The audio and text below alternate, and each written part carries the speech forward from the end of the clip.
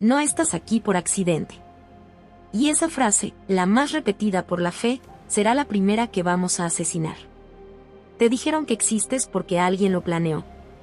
Te dijeron que tu vida tiene un propósito escrito antes de que nacieras.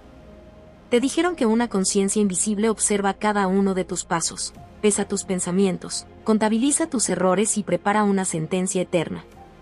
Te dijeron eso cuando eras vulnerable. Cuando eras niño. Cuando no tenías defensa intelectual. Cuando tu cerebro era una esponja abierta al miedo. Y funcionó. Funcionó tan bien que hoy confundes programación con convicción. Confundes hábito con verdad. Confundes herencia cultural con revelación divina. Antes de continuar, entiende esto. Lo que vas a escuchar no busca consolarte. No busca salvarte. No busca darte esperanza. Busca algo peor. Busca arrancarte las muletas. Porque la fe ciega no es una virtud. Es una amputación voluntaria del pensamiento. Creer sin pruebas no es humildad. Es rendición. Y toda rendición tiene un beneficiario. Durante siglos te hicieron creer que dudar era pecado. Que cuestionar era arrogancia. Que pensar demasiado era peligroso. No porque fuera falso, sino porque era letal para el control. Un hombre que piensa no se arrodilla. Un hombre que comprende no suplica. Un hombre que ve la estructura deja de temer a los símbolos. La fe no nació como luz. Nació como analgésico. Un calmante primitivo para una especie que descubrió dos horrores al mismo tiempo. Que va a morir. Y que no sabe por qué existe. Ese pánico necesitaba contención. Y la contención tomó forma de relato. Un padre cósmico. Un plan secreto. Una justicia final. Un sentido invisible. No porque fueran reales, sino porque eran soportables. La verdad desnuda era demasiado pesada para las mentes antiguas. Y sigue siéndolo para la mayoría hoy. Por eso la fe no se defiende con argumentos. Se defiende con emoción. Culpa. Esperanza. Miedo. Promesa. La religión no conquistó el mundo demostrando a Dios. Lo conquistó sembrando terror al vacío. Porque un vacío sin explicación es insoportable. Pero un vacío con un cuento se vuelve hogar. Aquí comienza la herida. Si tu creencia nació para anestesiarte, entonces no es una verdad. Es una droga. Y como toda droga, primero alivia. Luego debilita. Luego esclaviza. Ahora vamos a ir más profundo. Si Dios es real porque lo sientes, entonces cualquier cosa que alguien sienta también debería ser real. Si la emoción valida la verdad deja de existir. La fe te entrenó para confundir intensidad emocional con certeza. Llorar en un templo no prueba nada. Sentir paz al rezar no demuestra nada. Escuchar una voz interior no garantiza nada. Solo demuestra que el cerebro humano es extraordinariamente bueno creando experiencias internas. Nada más. Pero aceptar eso sería devastador. Porque entonces tendrías que enfrentar una posibilidad prohibida. Que nadie está escuchando. Que nadie planeó tu dolor. Que nadie diseñó tus pérdidas. Que nadie escribió tu historia. No hay dramaturgo cósmico.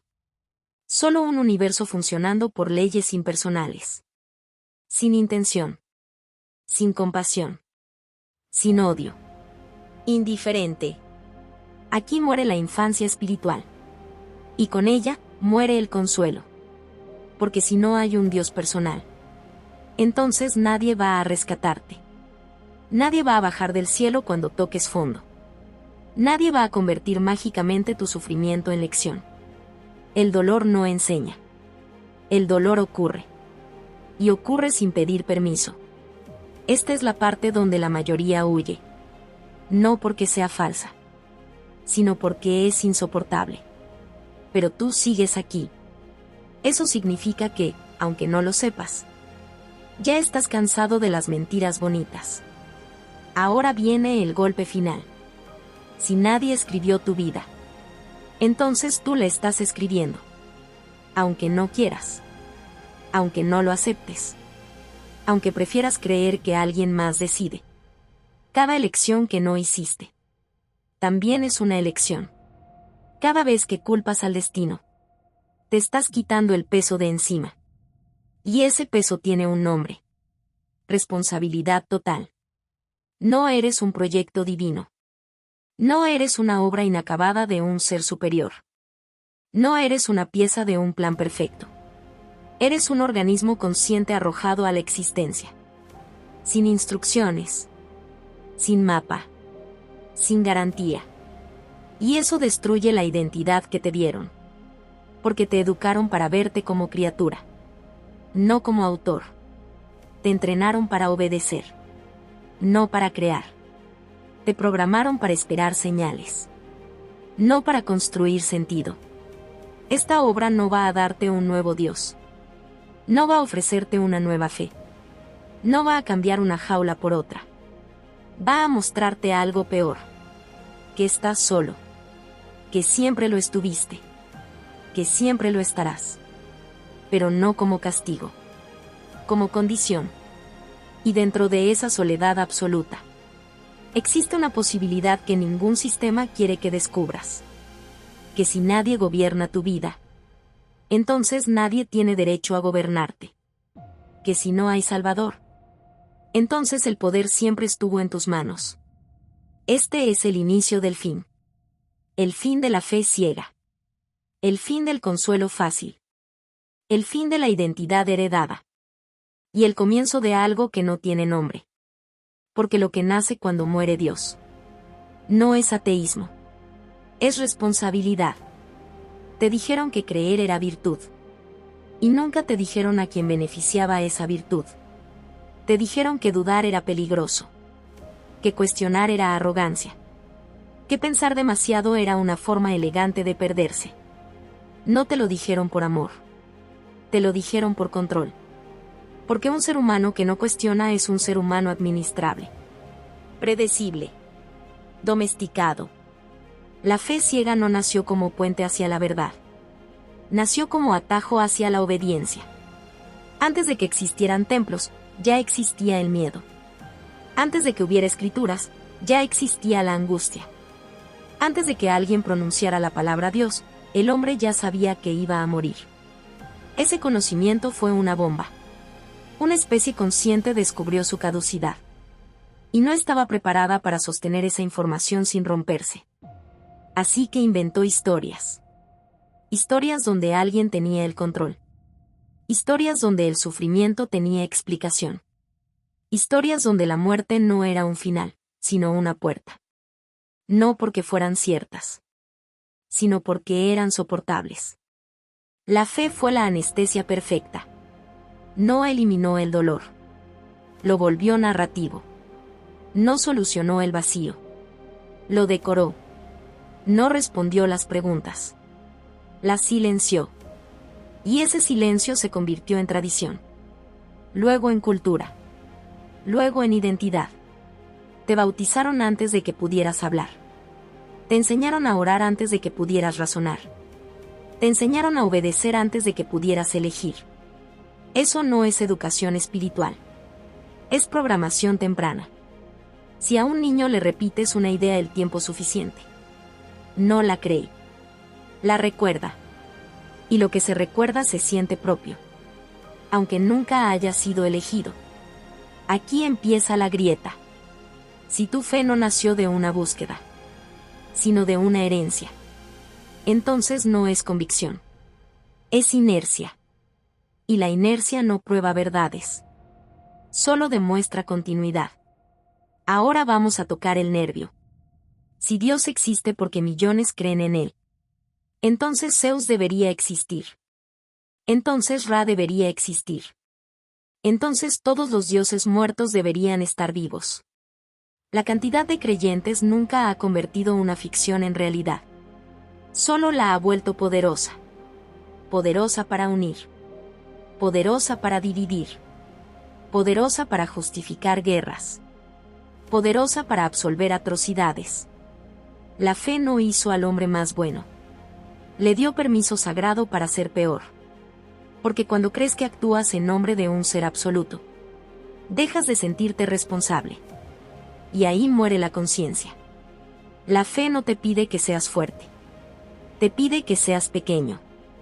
Pequeño ante Dios. Pequeño ante el dogma. Pequeño ante la autoridad. Porque un ser pequeño no exige explicaciones. Solo acepta. Pero aceptar sin comprender no es humildad. Es rendición intelectual. Y toda rendición crea un dueño. Ahora viene la parte que no ataca ideas. Ataca tu sistema emocional. Piensa en la posibilidad real de que nadie esté escuchando. Que tus oraciones reboten contra el silencio. Que tus lágrimas no sean recogidas por ninguna mano invisible. Que tu sufrimiento no tenga un sentido oculto. No como castigo. No como prueba. No como lección. Solo como consecuencia. Ese pensamiento provoca vértigo. Porque te quitaron el único consuelo que te enseñaron a usar. Si no hay un Dios personal, entonces nadie prometió que todo va a mejorar. Nadie garantizó justicia final. Nadie aseguró que los malos pagarán. El universo no es justo. Funciona. Y funcionar no implica compasión. Aquí se rompe la fantasía infantil de que el mundo es un lugar moral. No lo es. Es un lugar causal. Las cosas pasan porque chocan fuerzas.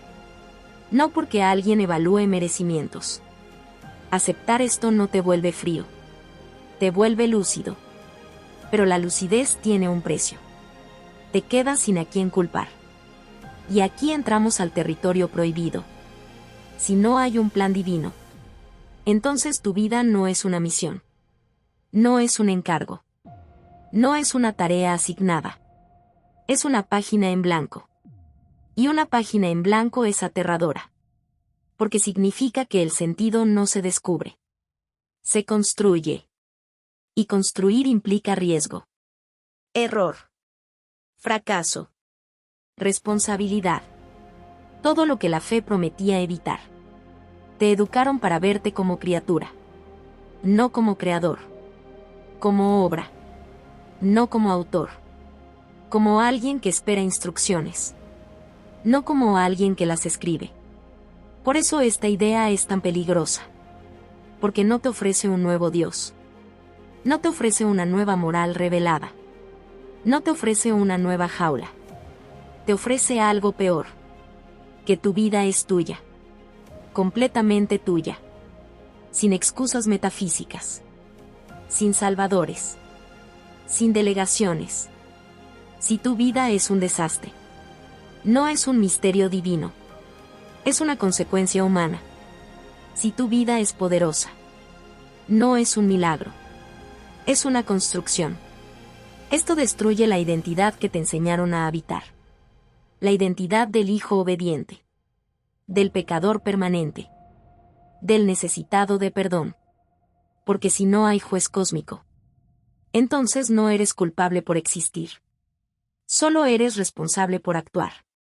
Y esa diferencia lo cambia todo. Este no es un mensaje de esperanza. La esperanza es un narcótico. Esto es un mensaje de confrontación. Estás solo. No porque el universo te odie. No porque estés maldito. Sino porque la existencia no gira alrededor de ti. Y dentro de esa soledad brutal, existe una verdad que ningún sistema quiere que mires de frente. Que si nadie gobierna el universo para ti, entonces nadie tiene derecho a gobernar tu mente. Que si no hay Salvador, entonces el poder nunca estuvo afuera. Siempre estuvo esperando a que dejaras de arrodillarte. El Dios fabricado, el nacimiento del ídolo. El primer engaño no fue decirte que Dios existe. El primer engaño fue hacerte creer que siempre existió. Te enseñaron a imaginar a Dios como algo previo a todo. Anterior al tiempo. Anterior al pensamiento. Anterior al hombre. Pero nunca te enseñaron a cuestionar una posibilidad mucho más incómoda. Que antes de que existiera Dios, existió el miedo. Antes de que hubiera altares, hubo cadáveres. Antes de que hubiera oraciones, hubo gritos. Antes de que alguien pronunciara la palabra divino. El ser humano ya estaba solo frente a un universo incomprensible. Y ese momento fue el verdadero Génesis. No el Génesis de los cielos. No el Génesis de la tierra. El Génesis del terror. Una especie consciente atrapada en un cuerpo frágil, observando cómo todo nace, se pudre y muere, sin entender por qué. Viendo rayos partir el cielo. Terremotos abrir la tierra. Enfermedades devorar niños. Guerras borrar tribus completas. Sin ciencia.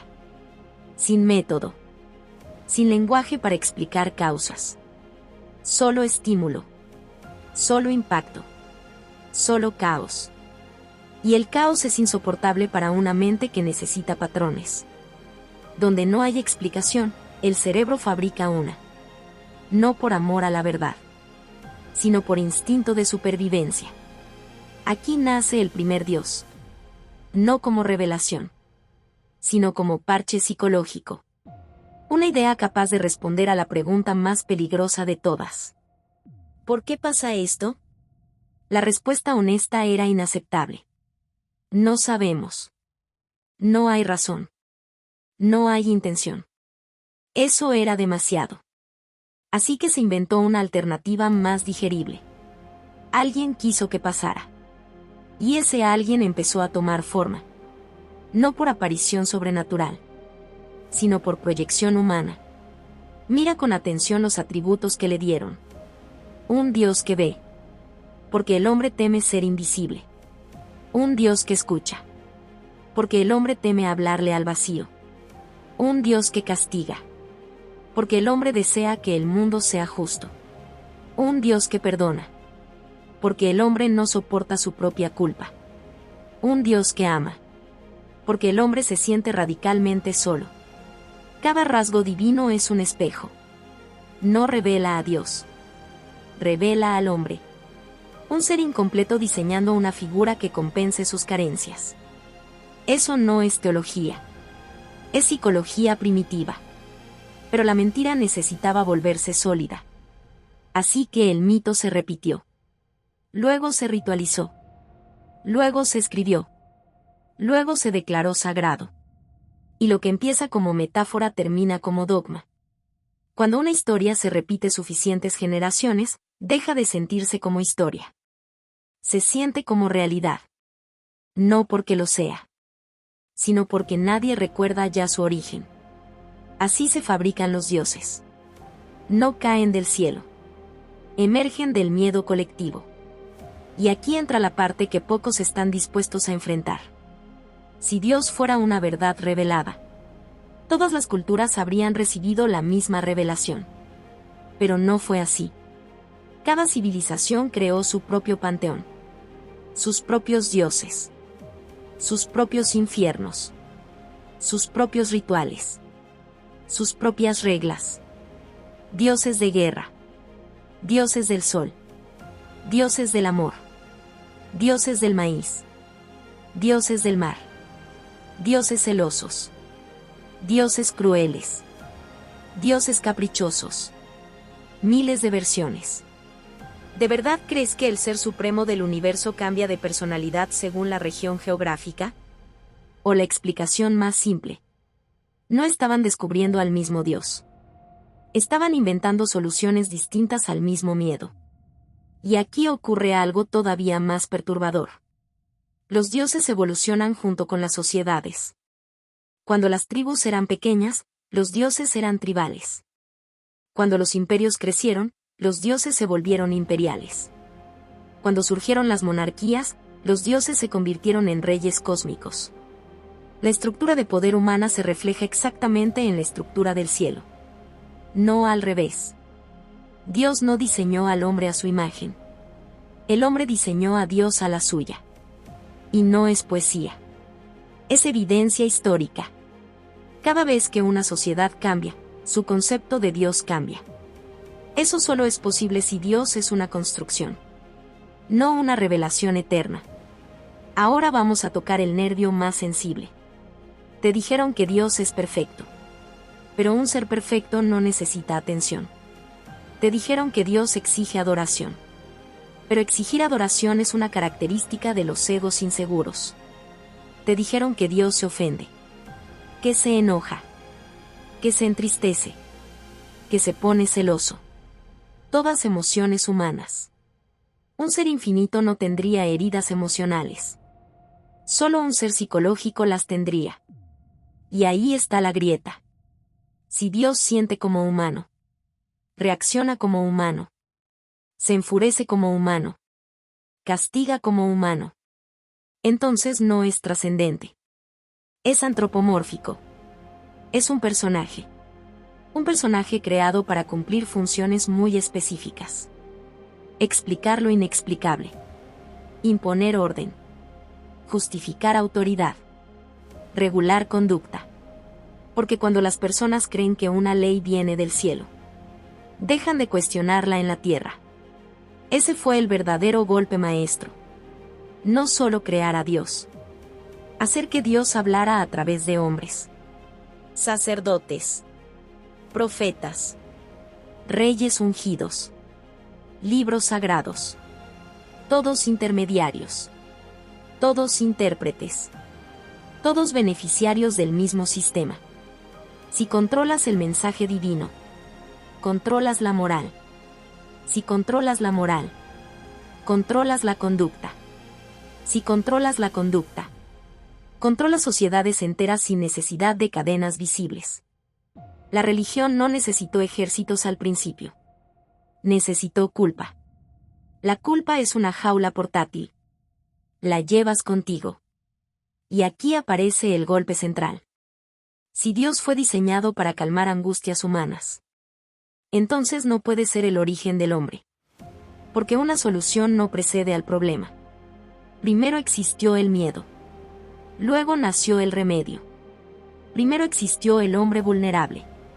Luego nació Dios. El orden importa. Y ese orden destruye el relato tradicional. No fuiste creado por Dios.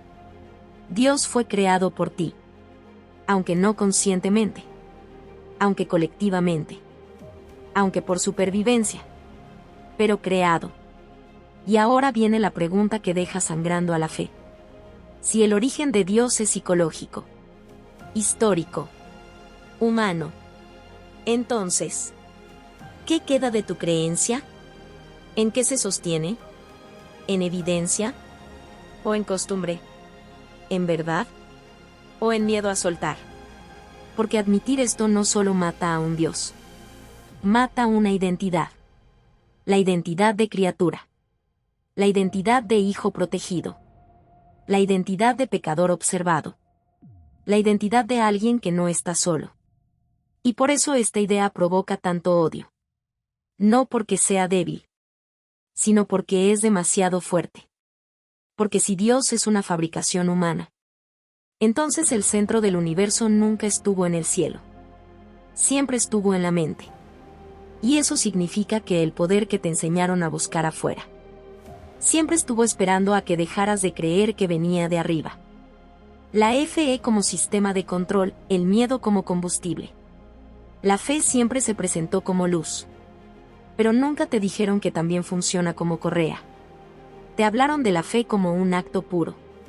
Como un salto noble hacia lo invisible. Como una demostración de humildad. No te dijeron que, en términos prácticos, la fe es una instrucción simple. Obedece sin comprobar. Esa frase, despojada de poesía, es el núcleo de todo sistema de dominación que ha sobrevivido siglos. La fe no fue diseñada para acercarte a la verdad. Fue diseñada para hacer innecesaria la verdad. Porque un ser humano que exige pruebas es incómodo. Un ser humano que pide razones es peligroso. Un ser humano que no acepta respuestas vagas es ingobernable. Pero un ser humano que cree es maleable. Aquí empieza el veneno. Desde niño te entrenaron para asociar creer con ser bueno. Dudar con ser malo. Cuestionar con ser rebelde. Rebelde con ser perdido. Así se construye una prisión sin barrotes. No necesitas guardias cuando el prisionero se vigila solo. La fe no es solo una idea. Es un hábito neurológico. Un reflejo condicionado. Ante una pregunta incómoda, no pienses. Ante una contradicción, no investigues. Ante una injusticia, confía. Confiar suena hermoso, pero también significa entregar. Entregar tu criterio. Entregar tu soberanía mental. Entregar tu capacidad de decir, esto no tiene sentido. La fe te enseña a desconfiar de tu propia mente. Y eso es devastador. Porque si dudas de tu razón, necesitarás que alguien más piense por ti. Y siempre habrá alguien dispuesto a hacerlo. Ahora miremos el motor real que mantiene girando este sistema. El miedo. No un miedo superficial. Un miedo existencial. Miedo a morir. Miedo a no importar. Miedo a que todo termine. Miedo a que tu sufrimiento no signifique nada. Ese miedo es el combustible perfecto. Sobre él se construyeron dos arquitecturas emocionales monumentales. Cielo. Infierno. No como lugares. Como instrumentos. El cielo es la zanahoria. El infierno es el látigo. Ambos cumplen la misma función. Dirigir conducta. No importa si existen. Importa que los creas. Porque si crees que te están observando, te autocensuras. Si crees que serás recompensado, postergas. Si crees que serás castigado, te sometes. No hace falta una celda cuando cargas el carcelero dentro. Esta es la parte incómoda. Si el objetivo real fuera que fueras bueno, te enseñarían a pensar. Pero no lo hacen. Te enseñan a obedecer. La diferencia es abismal. Un ser bueno por comprensión actúa desde conciencia. Un ser bueno por miedo actúa desde terror. La religión no crea personas éticas. Crea personas condicionadas. Personas que hacen lo correcto mientras creen que alguien las mira. Eso no es moral. Es vigilancia internalizada. Y aquí entra la ecuación que destruye el altar. Fe igual a suspensión voluntaria del pensamiento. No porque seas incapaz de pensar, sino porque eliges no hacerlo. Es una decisión. Cada vez que dices creo, estás diciendo no voy a comprobar. Cada vez que dices tengo fe, estás diciendo renuncio a entender. Cada vez que aceptas un misterio como respuesta final, estás cerrando una puerta. No hay acto más poderoso contra un sistema de control que preguntar. ¿Por qué? Por eso se demoniza tanto la duda. Por eso se romantiza tanto la fe. Porque la duda abre grietas. Y las grietas dejan entrar luz. Ahora viene el golpe emocional. Imagínate por un momento que el cielo y el infierno no existen. No como metáfora. No como reinterpretación. No existen. No hay contabilidad cósmica. No hay balanza de almas. No hay tribunal eterno. Solo existe esta vida. Este cuerpo. Este instante.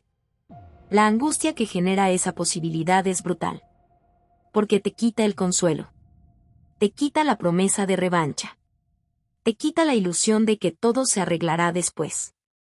Te deja frente a una verdad desnuda. Si alguien te daña y muere impune. Muere impune. Si alguien sufre injustamente.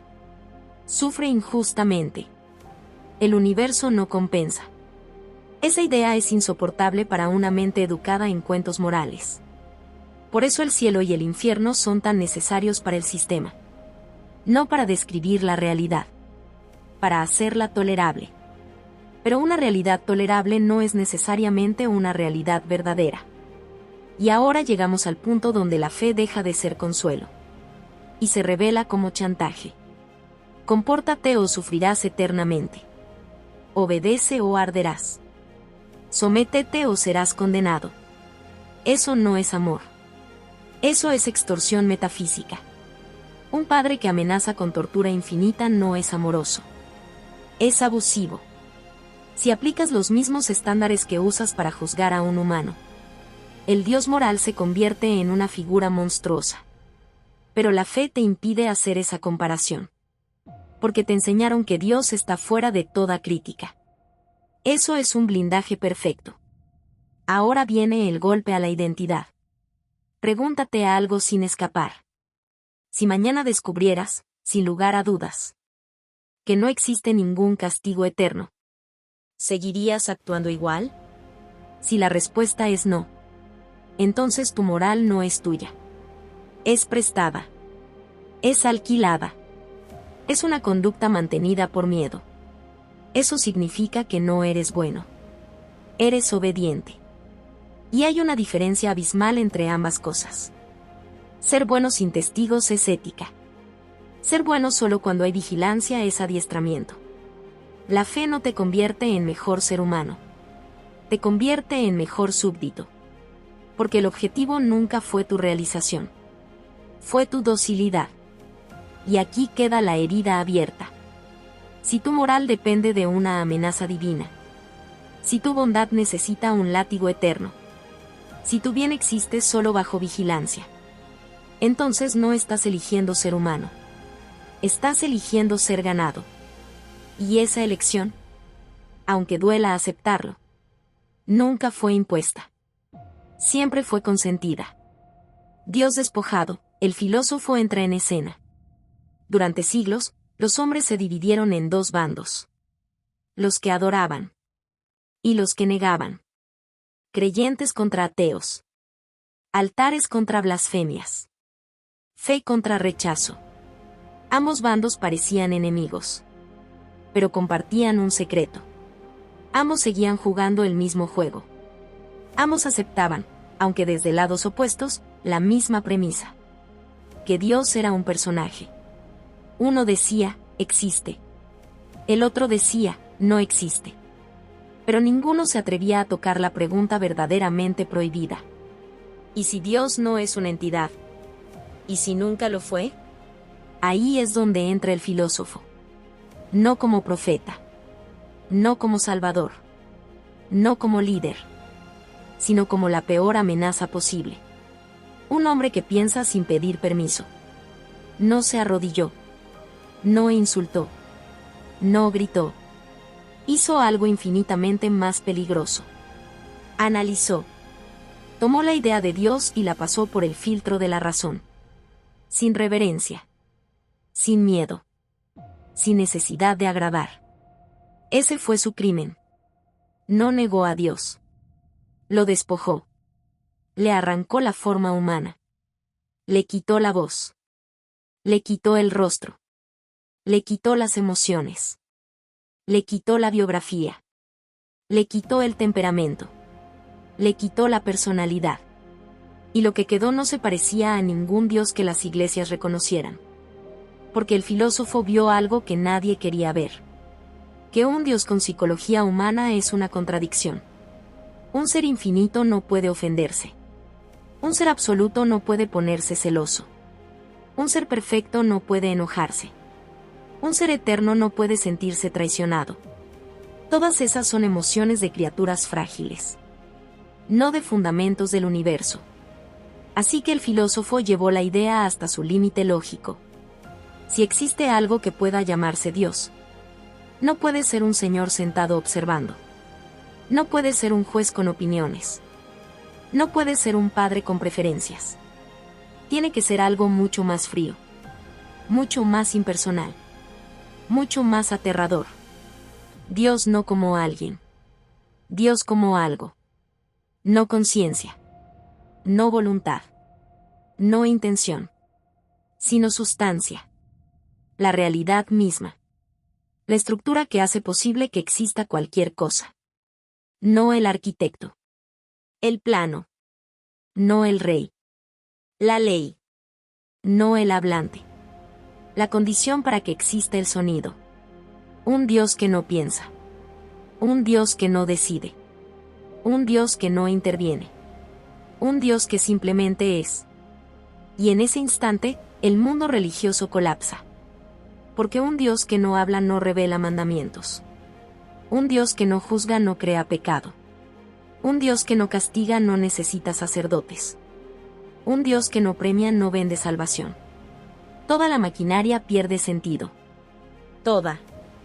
Los templos se vuelven decorado. Los rituales se vuelven teatro. Las jerarquías se vuelven disfraces. No porque el filósofo los atacara, sino porque los dejó sin función. Este es el verdadero terror para el poder. Un Dios inútil. Porque el poder nunca necesitó un Dios verdadero. Necesitó un Dios funcional. Un Dios que ordene. Un Dios que amenace. Un Dios que legitime. Un Dios que justifique. Cuando Dios deja de ser persona, deja de ser herramienta. Y eso es más devastador que decir Dios no existe. El ateo todavía pelea contra una figura. El filósofo herético la disuelve. No queda nada contra que pelear. No queda altar que defender. Solo queda realidad. Por eso esta idea fue considerada más peligrosa que la negación. Porque el ateísmo conserva la estructura del conflicto. Dios sí o no.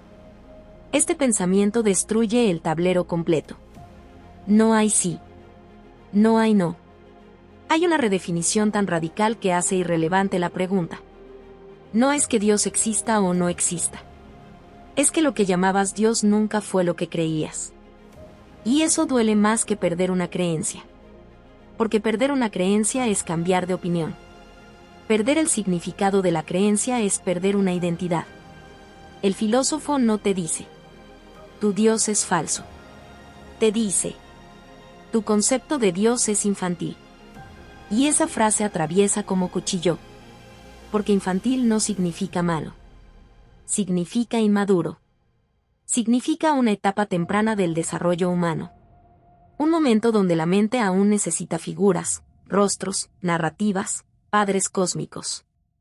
Pero la madurez intelectual exige algo brutal. Aceptar que el universo no gira alrededor de emociones. Que la existencia no está personalizada. Que no hay una historia escrita pensando en ti. Solo hay procesos. Causas. Efectos. Estructuras. Leyes. Un cosmos que funciona sin preguntarte si estás listo. Aquí muere el Dios terapeuta. El Dios que escucha. El Dios que consuela. El Dios que interviene cuando ya no puedes más. Y esa muerte no es simbólica. Es psicológica. Porque ese Dios era tu refugio. Era tu último botón de emergencia. Era el lugar donde depositabas lo que no sabías manejar. Matar esa figura deja al descubierto algo insoportable. Que nadie vendrá. Que nadie corregirá el rumbo. Que nadie equilibrará la balanza por ti. Que nadie tiene un plan oculto. Solo tú, dentro de una estructura inmensa, impersonal, indiferente. Y aquí aparece la paradoja final. Este pensamiento no destruye la idea de Dios. Destruye la necesidad de Dios. Y eso es infinitamente más subversivo. Porque una humanidad sin Dios puede ser combatida. Una humanidad sin necesidad de Dios es ingobernable. Un hombre que ya no espera salvación no se somete. Un hombre que ya no teme condena no se arrodilla. Un hombre que entiende que no hay juez cósmico deja de actuar para agradar. Empieza a actuar por decisión. Y eso cambia todo. Este capítulo no te pide que te vuelvas ateo. Te pide algo más peligroso. Que aceptes que tal vez nunca hubo una voz hablándote. Que tal vez nunca hubo un plan. Que tal vez nunca hubo un alguien. Solo un algo. Y dentro de ese algo, estás tú. No como creación especial. No como elegido. No como hijo predilecto. Sino como manifestación temporal de una realidad que no negocia. Eso destruye la identidad heredada. Porque tu identidad religiosa te decía: eres importante porque Dios te ama. Esta visión te dice: tu valor no viene de ser amado por una entidad externa. Tu valor, si existe, tendrá que venir de lo que hagas con el breve instante que tienes consciente. Sin testigos. Sin aplausos celestiales. Sin recompensa eterna. Solo con consecuencias reales. Este es el momento donde muchos retroceden. Porque preferirían un Dios falso que los observe. A un universo real que los ignore. Pero si sigues aquí, significa que algo dentro de ti ya empezó a morir. y lo que muere no es Dios. Es tu necesidad de ser protegido. Es tu necesidad de ser guiado. Es tu necesidad de que alguien más cargue con el peso de existir. El filósofo no vino a matarte la fe. Vino a dejarte sin muletas. Y solo entonces, en ese temblor, en ese vértigo, en esa caída libre, comienza la verdadera herejía. Vivir como si tu vida no estuviera en manos de nadie. Porque tal vez nunca lo estuvo. El colapso del consuelo, la soledad absoluta. Hay una mentira que sostiene todas las demás. Una sola. Que alguien está ahí. Que alguien ve. Que alguien escucha. Que alguien entiende. Que alguien cuida. No importa el nombre que le hayan puesto. Dios. Universo. Fuente. Energía. Conciencia superior. La función es la misma. Decirte que no estás solo. Ahora vamos a retirar esa anestesia. Despacio. Sin metáforas suaves. Sin música de fondo. Si nadie te escucha. Si nadie te protege. Si nadie escribió tu historia.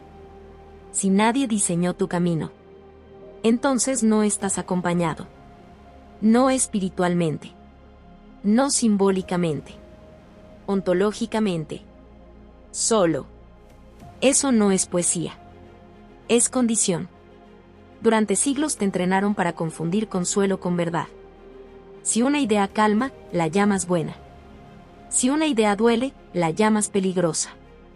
Pero la realidad no tiene obligación de ser amable. La realidad no es terapeuta. No es madre.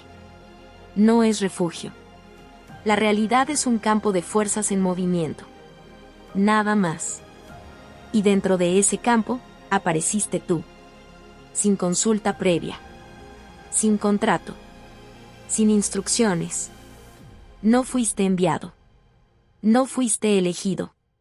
No fuiste asignado. Simplemente emergiste. Como una consecuencia biológica de procesos impersonales. Químicos. Físicos. Ciegos.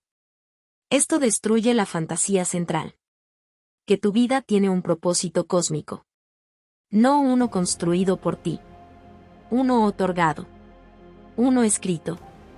Uno garantizado. No existe. No hay misión. No hay rol sagrado. No hay tarea universal esperando que la cumplas. No eres protagonista de ninguna historia divina. Eres un organismo consciente caminando dentro de un universo que no sabe que existes. Y eso duele más de lo que la mayoría puede tolerar. Porque desde niño te contaron cuentos donde todo encaja. Donde el dolor tiene sentido. Donde la pérdida es necesaria. Donde el sufrimiento forja. Donde cada caída es una lección. Eso suena hermoso. Pero es una romantización del caos. La verdad es más simple. Las cosas pasan porque pasan. No porque deban pasar. No porque convenga que pasen. No porque alguien lo planeó. Un cáncer no enseña. Un accidente no educa. Una violación no forma carácter. Una muerte injusta no transmite sabiduría. Ocurren. Eso es todo. Atribuirles propósito es una estrategia emocional para no volverse loco. No es una propiedad real de los hechos. Aquí muere la frase más peligrosa de todas. Todo pasa por algo. No. Las cosas pasan. Y después tú decides qué hacer con lo que pasó. Pero el evento no trae significado incorporado. El significado es una prótesis. Se coloca después. Por humanos. No por el cosmos. Este capítulo no viene a convencerte. Viene a desarmarte. Porque si aceptas que no hay propósito oculto, entonces también aceptas que no hay guión. Y sin guión, no hay garantía. Y sin garantía, no hay red de seguridad. Eso activa un terror primario. El mismo terror que sintieron los primeros humanos al mirar las estrellas sin entender nada. La diferencia es que ahora tú sí entiendes algo. Y eso no ayuda. Porque sabes que el universo es inmenso, indiferente y silencioso. No moral. No inmoral. Amoral. No bueno. No malo. Operativo.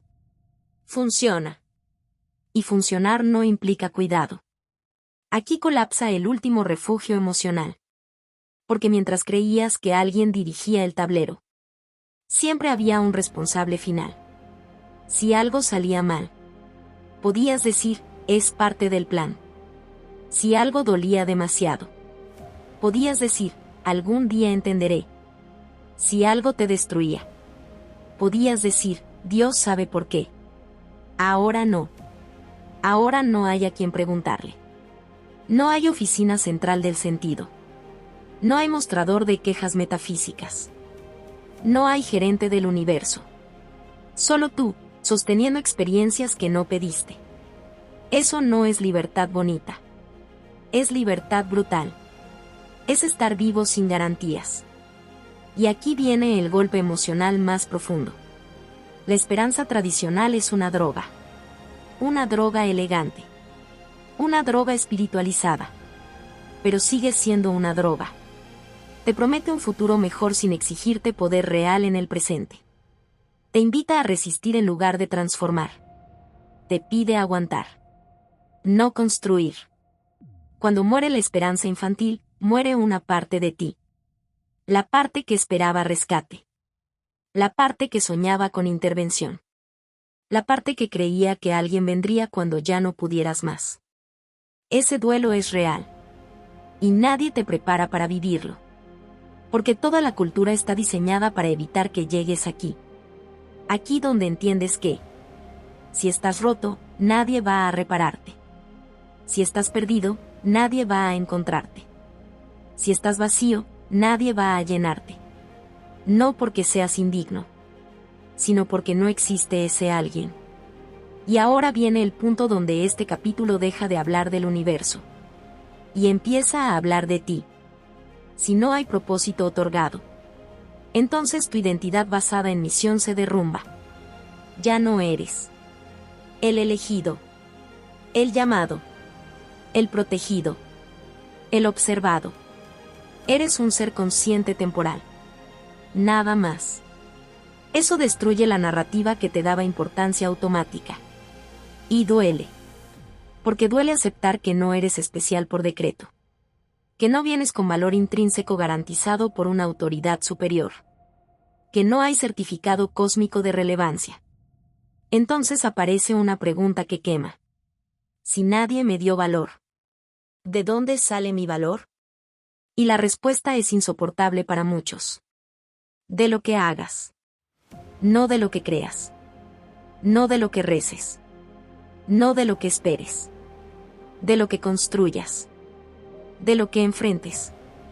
De lo que sostengas. De lo que crees mientras sabes que nadie te está mirando. Eso exige una madurez que casi nadie quiere. Porque era más fácil ser hijo. Más fácil ser criatura. Más fácil ser parte de un plan. Ahora eres autor. Y ser autor significa aceptar que puedes escribir una obra mediocre. O una obra poderosa. Pero no podrás culpar al escritor. Porque no hay. Este capítulo no te deja esperanza. Te deja con algo más incómodo. Responsabilidad sin consuelo. Soledad sin anestesia. Conciencia sin red. Si sigues aquí, no es porque esto sea agradable. Es porque algo en ti ya sospechaba. Sospechaba que el refugio era falso. Sospechaba que la historia era demasiado bonita. Sospechaba que la vida no venía con instrucciones divinas. Ese algo no es maldad. Es lucidez naciente. Y la lucidez, al principio, se siente como depresión. Pero no lo es. Es el duelo por la infancia metafísica. La etapa donde creías que alguien más tenía el control. Esa etapa terminó. No porque seas especial, sino porque estás dispuesto a mirar. Y mirar tiene un costo. Pierdes el cielo. Pierdes el plan. Pierdes el consuelo. Pero ganas algo que ningún Dios puede darte. La verdad. Y la verdad es esta. Estás solo. No como castigo. No como error. Sino como condición de estar vivo.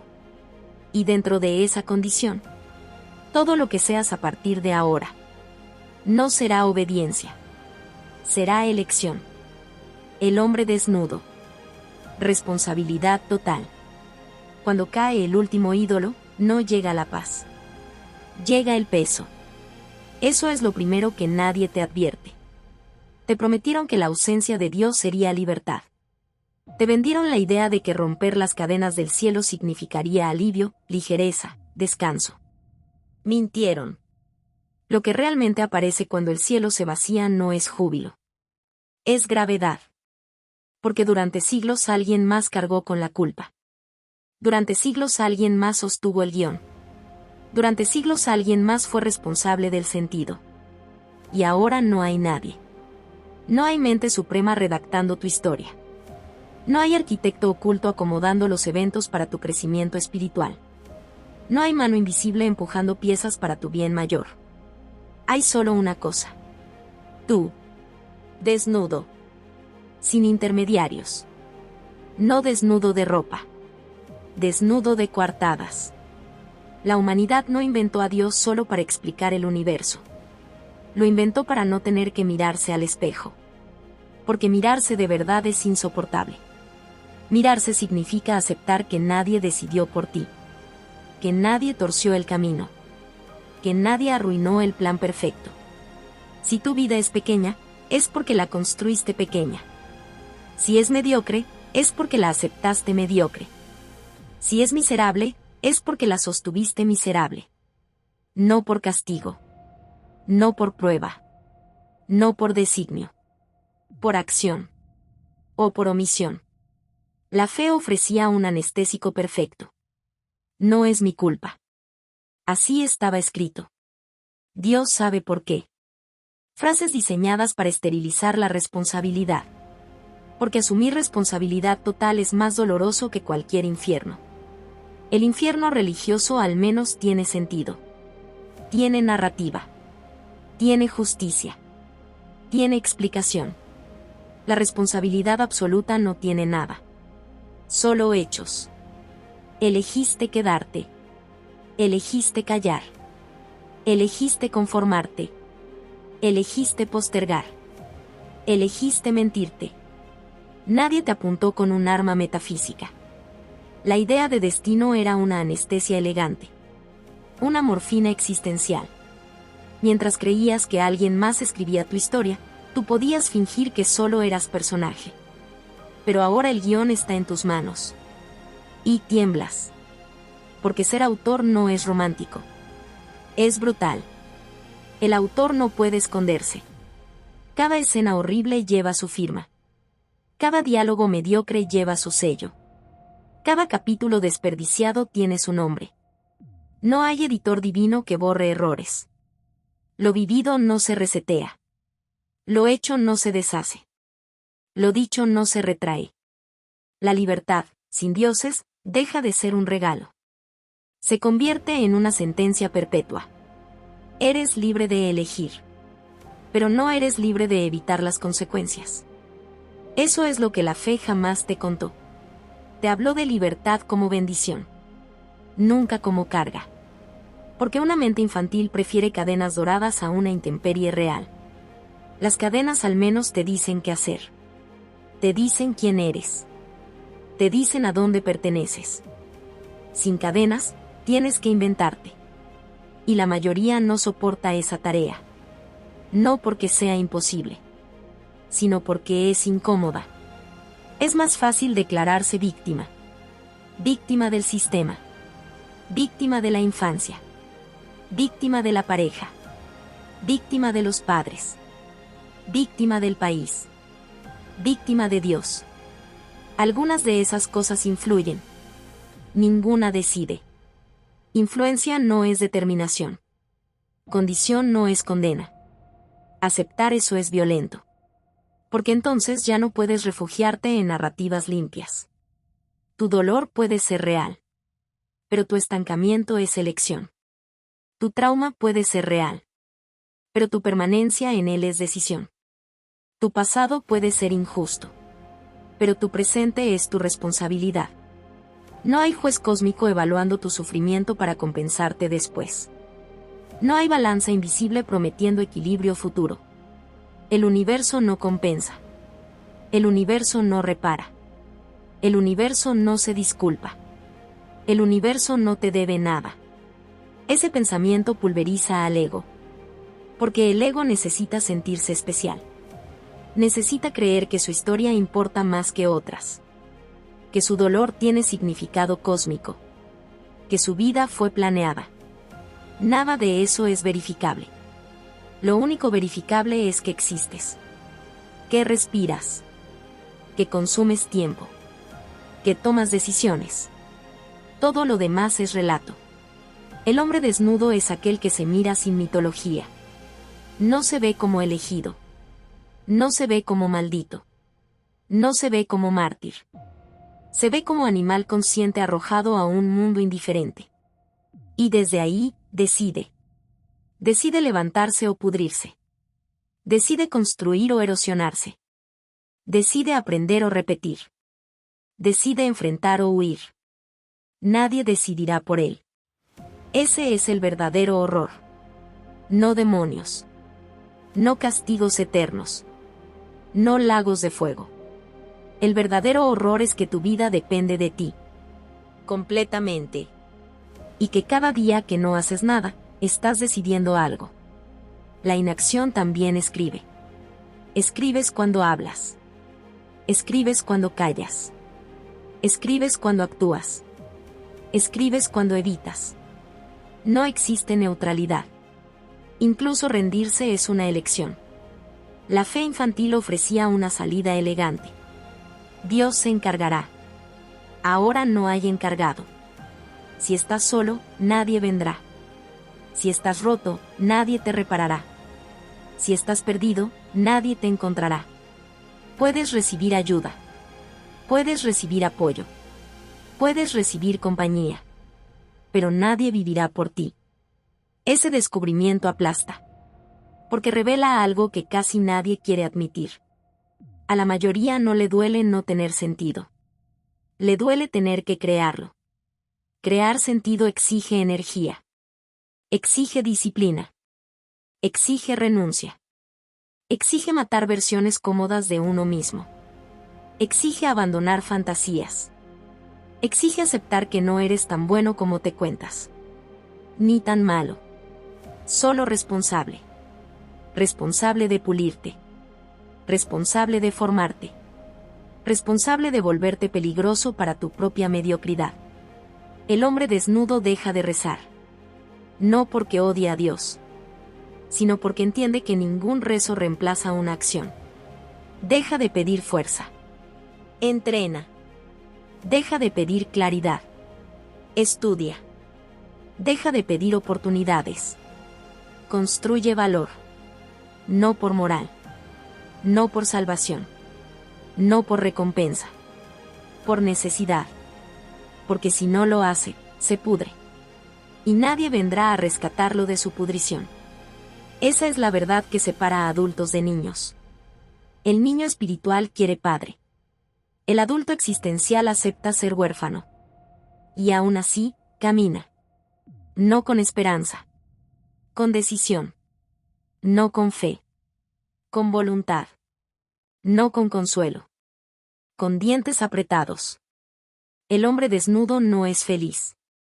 La felicidad es un subproducto ocasional. No es su meta. Su meta es no traicionarse. No mentirse. No esconderse detrás de dioses, destinos o demonios. Sabe que morirá. Sabe que será olvidado. Sabe que nada garantiza que su esfuerzo valga la pena. Y aún así, actúa. Ese acto sin garantía es la forma más pura de coraje. No hay aplauso cósmico. No hay cielo esperando. Solo silencio. Y una pregunta que quema. ¿Qué vas a hacer con el tiempo que tienes? No mañana.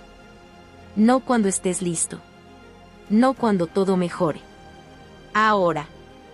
Porque nadie más escribirá tu historia. Y la mayoría odia ser autor. Porque ser autor significa aceptar que, si tu vida es una mierda, no es una tragedia griega. Es una obra mal escrita. Y el único que puede reescribirla eres tú. La herejía final. Matar al dios interior. No todos los dioses viven en templos. No todos los dioses exigen sacrificios visibles. No todos los dioses reclaman rodillas en el suelo. El más poderoso de todos no habita en el cielo.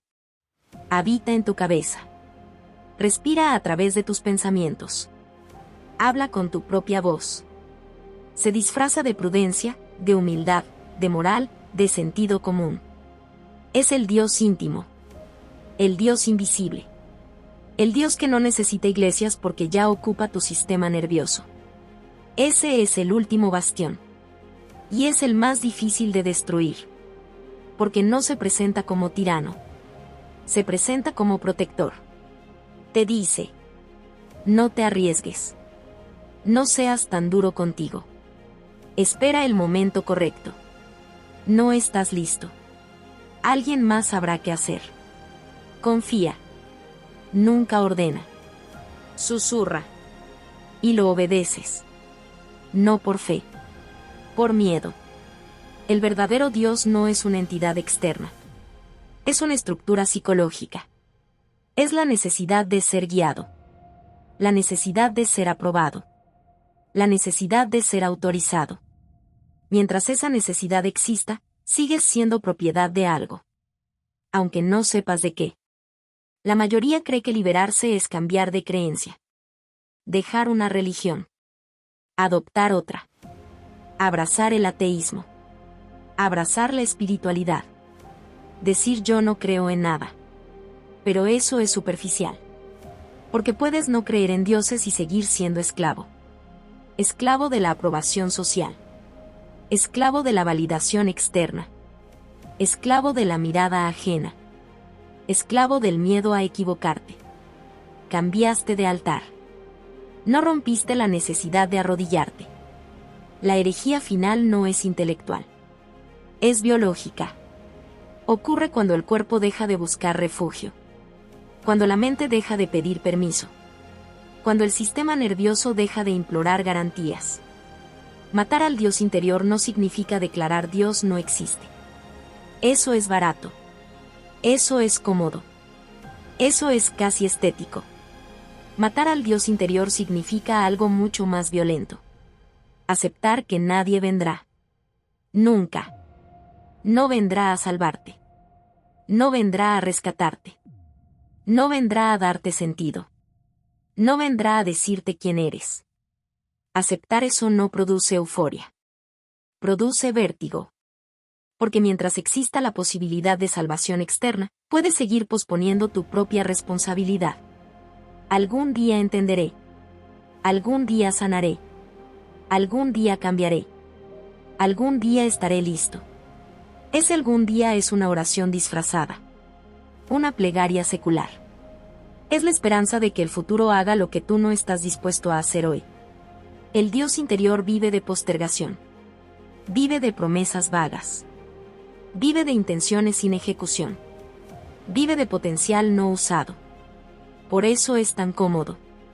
Porque mientras sigas creyendo que aún hay tiempo, no tienes que sangrar ahora. Y crecer duele ahora.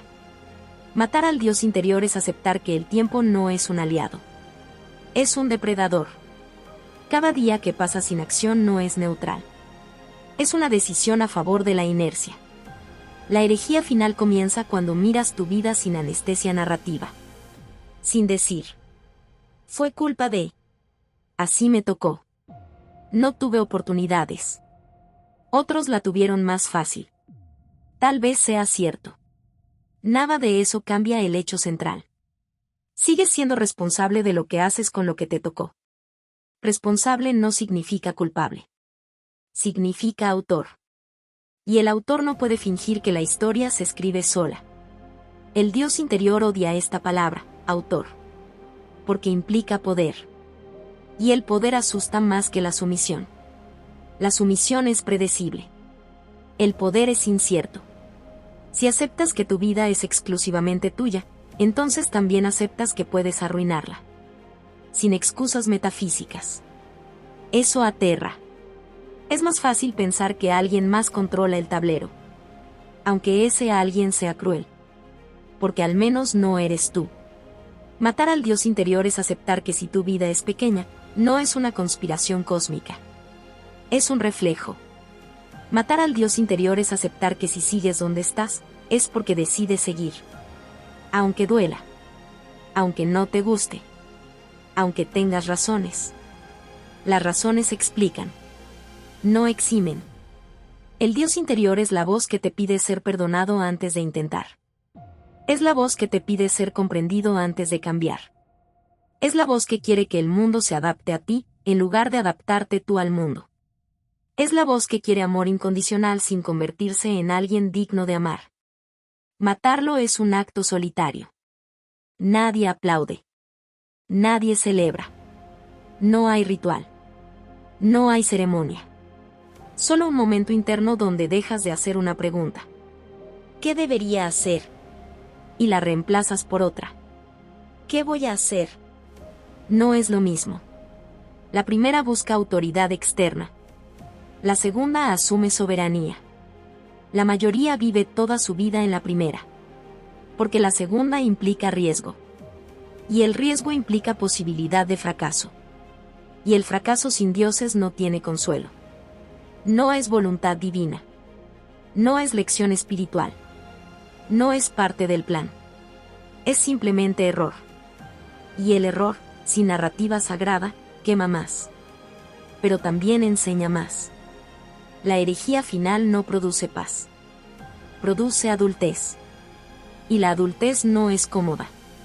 Es seca. Es sobria. Es silenciosa. El adulto existencial no espera señales. Lee la realidad. No pide propósito. Construye dirección. No espera sentirse listo. Actúa incompleto. No espera aprobación. Se autoimpone estándares. Eso lo convierte en peligroso. No para otros. Para su propia mediocridad. Mientras necesites un Dios, seguirás siendo esclavo. No necesariamente de una religión, sino de la necesidad de ser protegido de la vida. Y la vida no protege. La vida expone. Mientras esperes redención externa, seguirás postergando tu poder. Porque siempre habrá algo que esperar. Un libro.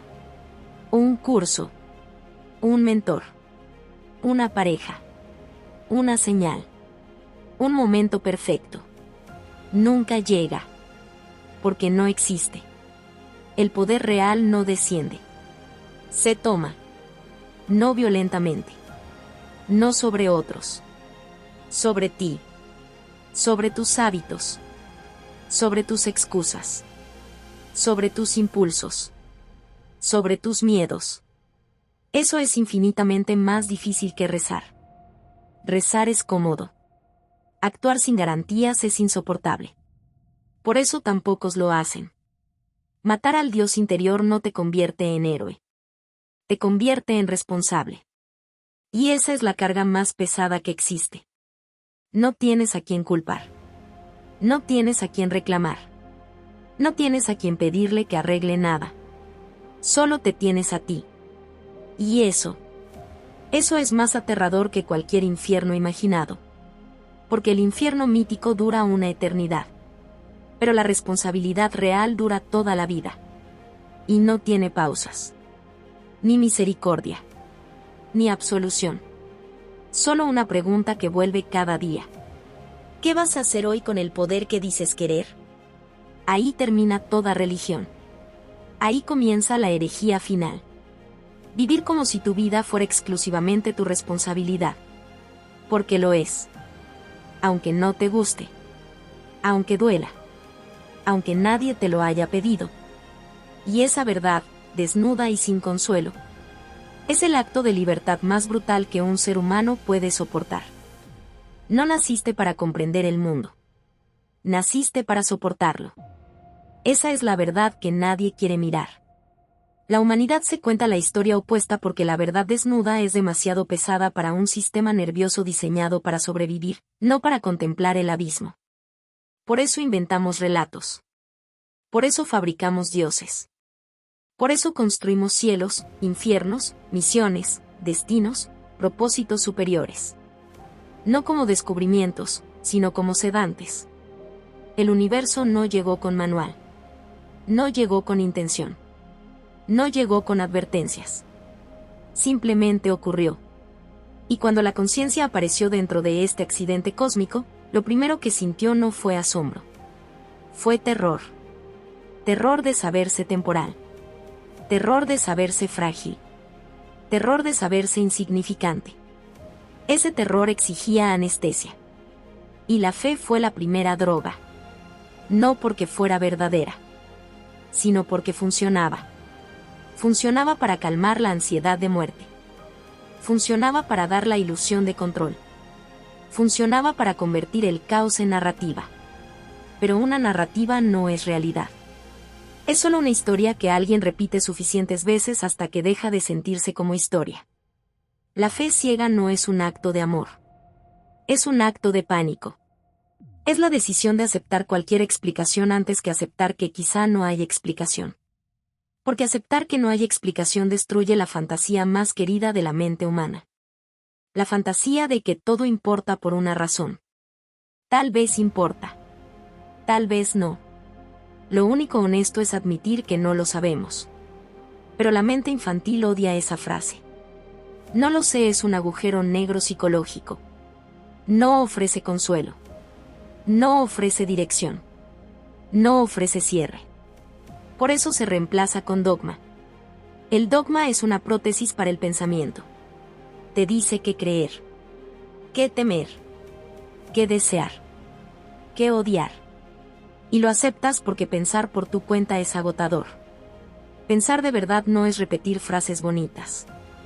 Pensar es permitir que una idea te destruya por dentro antes de reconstruirte.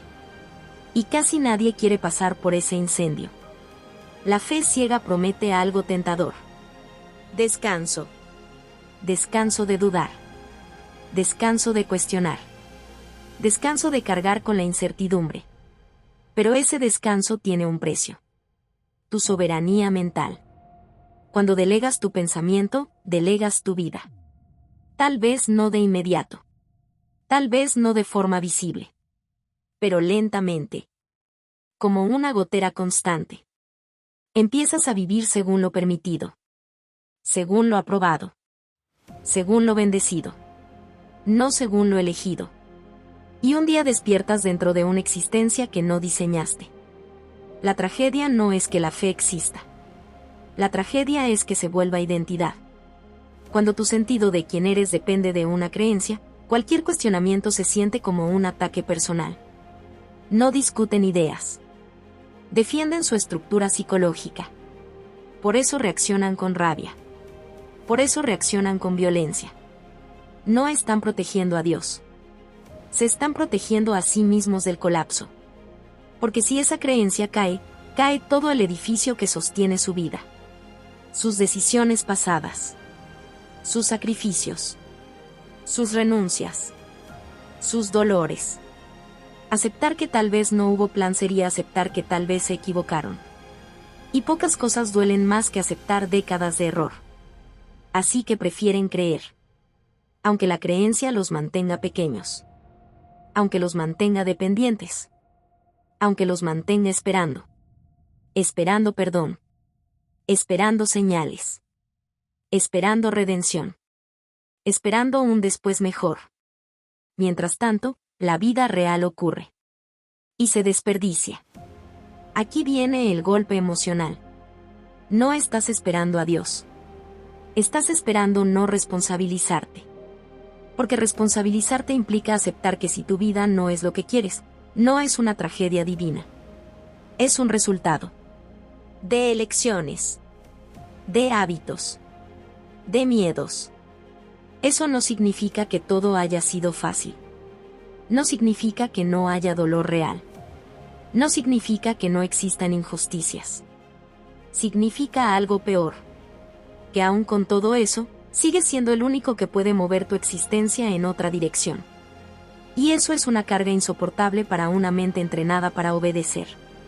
El niño interior quiere que alguien lo cargue. El adulto existencial entiende que nadie vendrá. Ese entendimiento no es liberador. Es devastador. Porque te deja sin excusas. Sin villanos metafísicos. Sin salvadores imaginarios. Solo tú frente a tu vida. Ahora viene el golpe a la identidad. Si nadie te dio un propósito, entonces tu identidad actual no es sagrada. No es intocable. No es destino. Es construcción. Y toda construcción puede demolerse.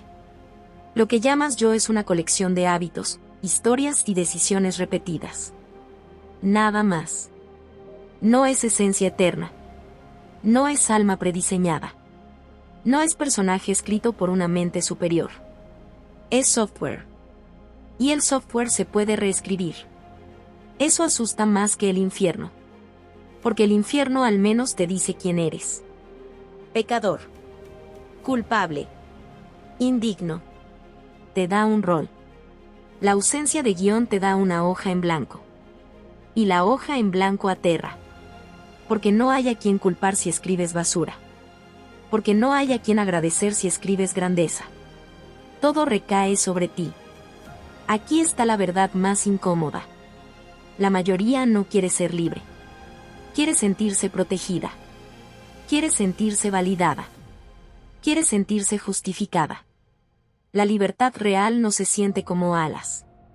Se siente como caída libre. Sin red. Sin instrucciones. Sin promesas.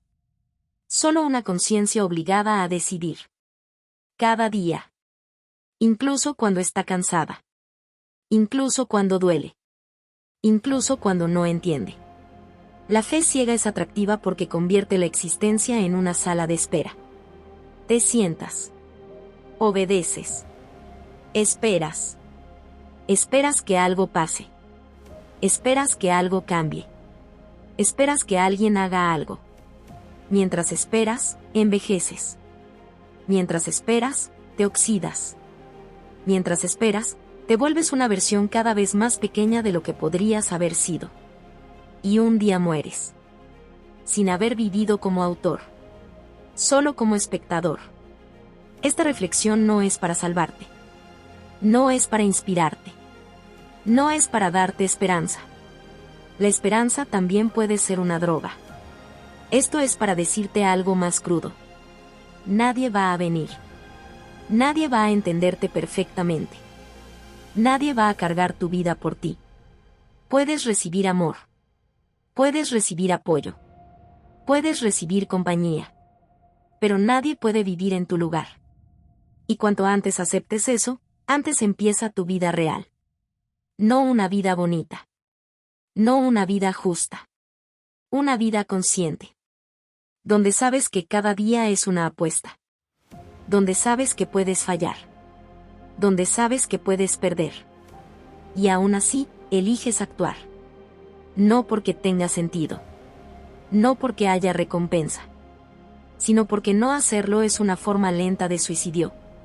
La herejía más grande no es negar a Dios. Es dejar de usarlo como excusa. Dejar de usar al destino como excusa. Dejar de usar al pasado como excusa.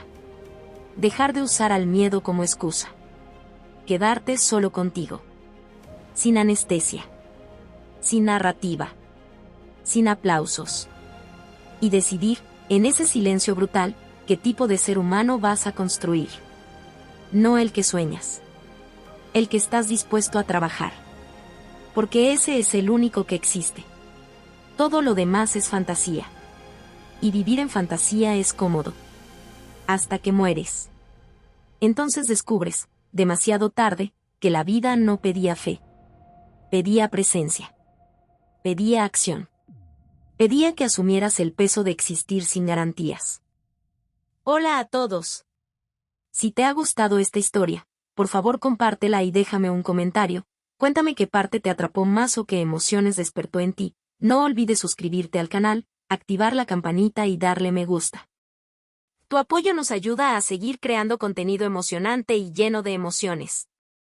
¿Qué otros temas de historias te gustarían ver en el canal? Tus ideas podrían inspirar nuestra próxima trama con giros inesperados. Gracias por acompañarnos, nos vemos en el próximo video.